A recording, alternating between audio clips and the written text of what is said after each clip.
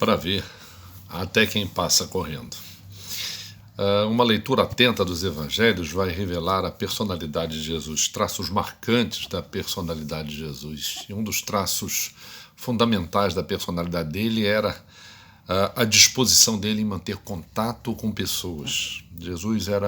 Eu fico imaginando Jesus andando pelo Mar da Galileia e cumprimentando as pessoas, entendeu? Ele falando com as pessoas. Olha, ele provocava contatos, conversas. Ele era um verdadeiro incorrigível festeiro, boêmio até.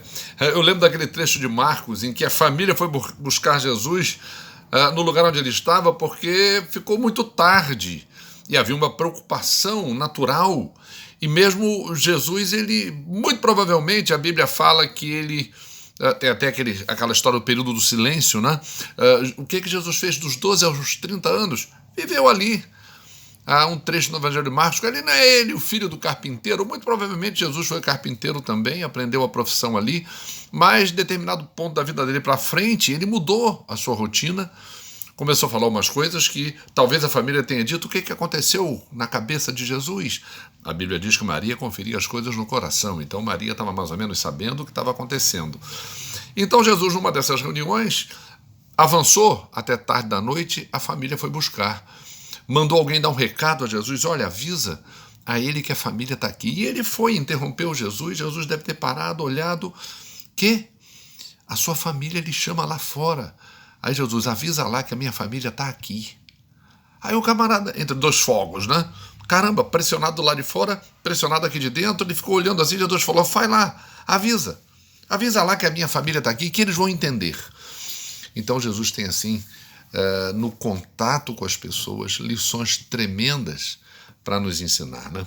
Eu quero destacar, eu já mencionei aqui de novo, mas eu vou destacar o caso dele, o contato dele com a mulher samaritana, porque ali é interessante eu disse que Jesus deu uma aula de teologia, porque ele provocou a partir do sentido da sede, ele provocou a curiosidade daquela mulher, porque o judeu explica ali, João explica ali que os judeus não se davam com os samaritanos, e ela sendo mulher era ainda mais discriminada, e o perfil dela, o perfil de mulher, tanto que Jesus ele traz isso para a superfície, né? A mulher não consegue esconder, que ele diz assim, para continuar a conversa com ele fala, vai lá, traz o teu marido.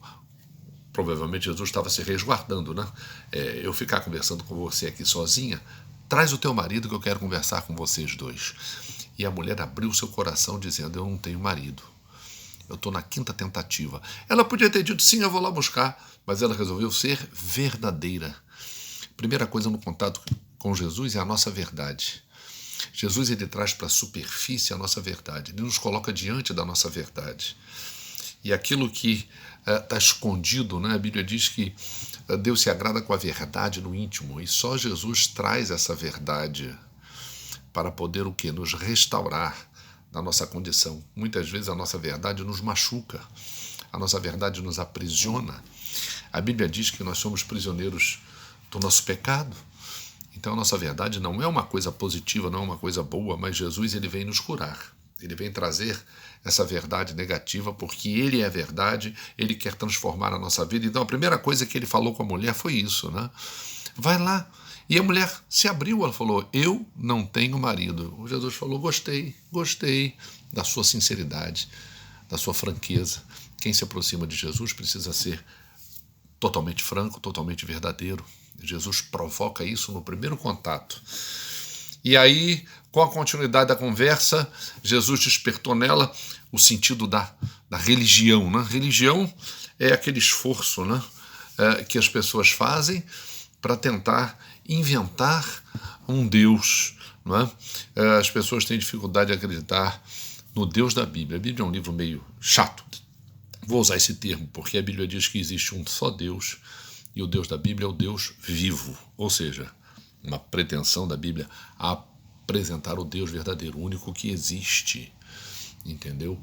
As pessoas têm a tendência até a acreditar em deuses que são criados por nós. Thor, por exemplo, é um deus. Você já assistiu os filmes da Marvel? Eu me deleito. Para mim é um prazer, um relax, acompanhar aquela série de filmes. E tem o Deus Thor. Se alguém disser que não acredita em Thor, você vai dizer, maluco, Thor existe. É uma trademark. Tem até uma marca registrada da Marvel, o Thor é deles. Interessante que as pessoas não têm como negar a existência de Thor. Mas o Deus da Bíblia, há uma tendência natural no ser humano em negar a existência de Deus e criar uma religião.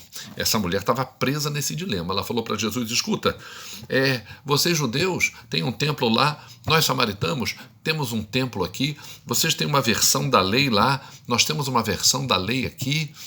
O Messias, Jesus falou, o Messias sou eu que falo contigo.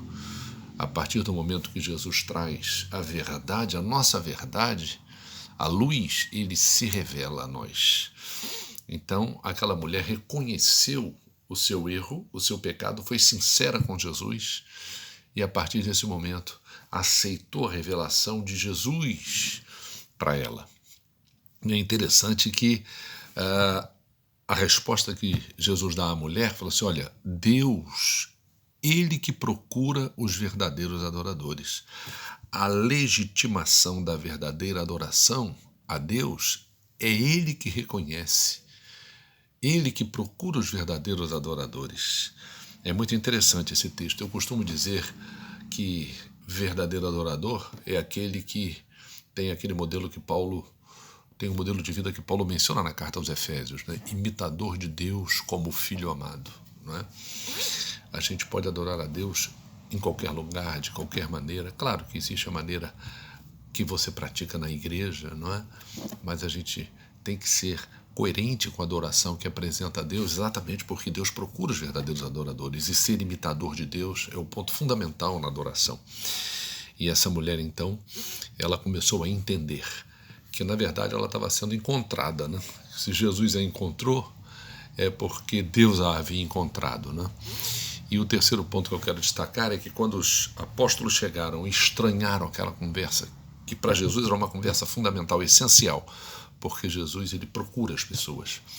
Então, aquela mulher se afastou e foi chamar os seus amigos, foi dar a notícia de que tinha encontrado com Jesus e já não era a mesma pessoa. Não é? Jesus procura as pessoas, e ele procura as pessoas hoje em dia por meio da igreja, por meio daqueles que já o conhecem. Porque são essas pessoas como eu e você, e conversas como essas aqui, né, que apresentam Jesus a quem precisa crer nele para ter a mesma experiência que essa mulher teve. Então, quando os homens vieram, ela foi já renovada, transformada por Jesus, testemunhar da sua experiência íntima, pessoal com Jesus. E aqueles homens vieram e disseram, olha, mulher, agora a gente está entendendo o que aconteceu com você, porque a gente mesmo está testemunhando que Jesus Cristo é esse que se revela também a nós. Não é? Jesus, a vocação essencial dele é a pessoa. E através da igreja, através de quem já o conhece, ele quer aproximar ainda outras pessoas para a convivência com ele, para se revelar a elas e resgatá-las para Deus, para que sejam verdadeiros adoradores. Muito obrigado.